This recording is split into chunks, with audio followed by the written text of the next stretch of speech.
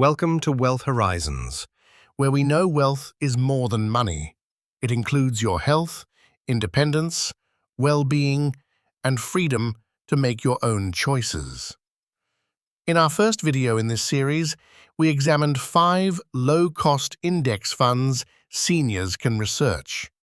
But some retirees prefer professional managers who select investments, adjust allocations, and look for income opportunities instead of simply tracking an index. Today, we examine 5 actively managed retirement income funds: Vanguard Wellesley Income, Vanguard Wellington, Vanguard Equity-Income, Dodge and Cox Balanced, and Dodge and Cox Income. These are not 5 funds everyone should purchase together.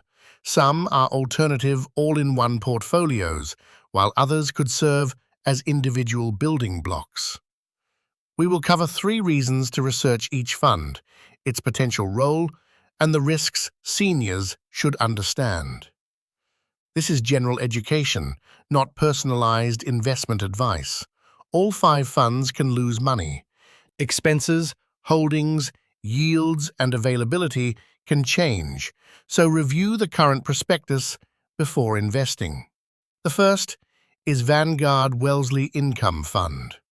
Wellesley normally maintains approximately 1/3 of its portfolio in stocks and 2/3 in bonds. Its investor share ticker is VWINX, while its lower-cost Admiral share ticker is VWIAX, and generally requires a larger investment. Reason 1. Its conservative balance. The larger bond allocation seeks income and reduced volatility, while the stock allocation provides some long-term growth potential. Reason 2. Active security selection. Managers choose investment-grade bonds and dividend-paying stocks instead of automatically owning every security in an index. Reason 3. Automatic coordination. One management team handles the stock and bond allocation, investment selection, and rebalancing. Wellesley is not cash and does not guarantee principal. Bonds can decline when interest rates rise, stocks can fall, and distributions can change. The second fund is Vanguard Wellington Fund, ticker VWELX for investor shares. Wellington reverses the emphasis. It generally holds approximately 2/3 in stocks and 1/3 in bonds. Reason 1. Greater growth potential than a more conservative income fund because of its larger stock allocation. Reason 2. 2 sources of potential return: dividends and stock appreciation from equities plus interest from bonds. Reason 3. It offers professionally managed diversification in a single balanced fund at a relatively low expense for active management. Wellington may be appropriate to research when a retiree has a longer horizon and greater tolerance for market declines. But a portfolio with approximately 2/3 in stocks can suffer meaningful losses. Wellesley and Wellington are usually alternatives, not automatically 2 halves of the same portfolio. The third fund is Vanguard Equity-Income Fund, ticker VEIPX for investor shares. This is primarily a stock fund seeking above-average dividend income and reasonable long-term appreciation. Reason 1. Its dividend orientation may provide more current income than a broad growth-focused stock portfolio. Reason 2. Active managers can evaluate company valuations, finances, and dividend prospects instead of merely buying the highest-yielding stocks. Reason 3.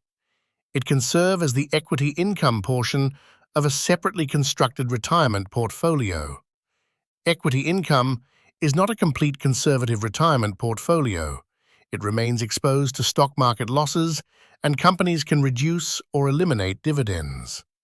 A high dividend does not guarantee a high total return. The fourth fund is Dodge and Cox Balanced Fund, ticker DODBX.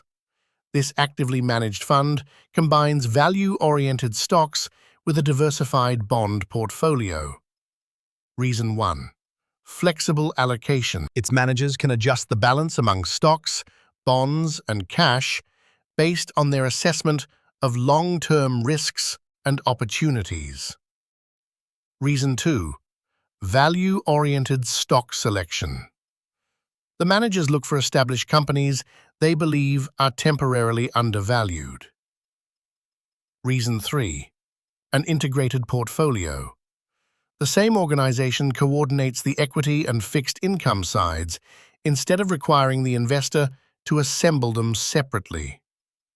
DODBX has a higher expense ratio than the Vanguard funds discussed here, and active management can underperform a comparable index. Its substantial stock allocation also means it can experience significant declines. Wellington and DODBX occupy similar, moderate allocation territory.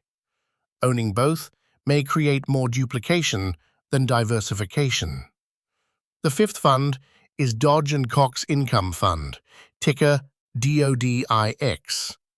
This is an actively managed core bond fund seeking a high and stable rate of current income consistent with long-term capital preservation. Reason 1. It invests primarily in a diversified collection of investment-grade bonds. Reason 2.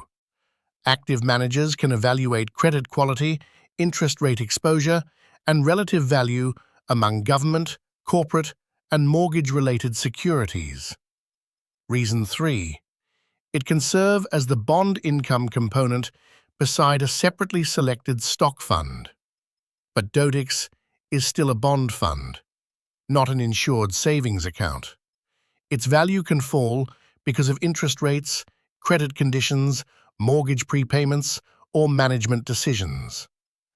How could someone organize these choices without buying all 5? Approach 1 is a single, balanced fund. A more conservative investor might research Wellesley. Someone able to tolerate greater stock exposure might compare Wellington with Dodge and Cox Balanced. Approach 2 is a custom portfolio. A retiree might research an equity income fund, such as VEIPX, alongside a core bond fund, such as DODIX, plus an appropriate cash reserve. Do not combine funds merely because each one sounds attractive. Examine their underlying stock and bond percentages first. If you own a balanced fund, plus separate stock and bond funds, calculate the total allocation across the entire portfolio.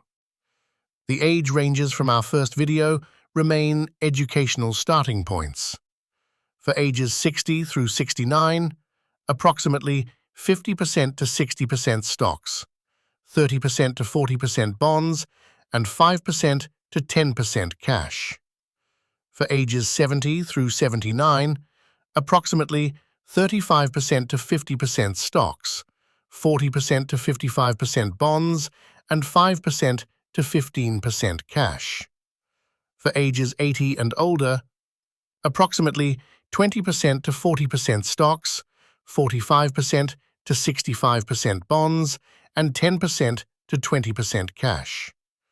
Those ranges are not recommendations based solely on age. Social Security, pensions, required withdrawals, health, longevity, taxes, family goals, and tolerance for losses may be more important than your birthday. Active funds introduce another question.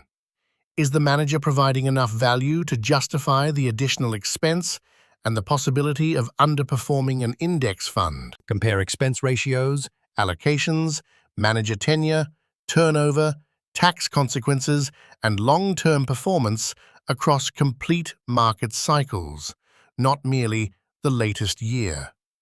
If this video helped you, please like it, subscribe to Wealth Horizons, and watch video 1 about 5 index funds for seniors. Tell us in the comments, would you prefer one professionally managed balanced fund or separate stock and bond funds?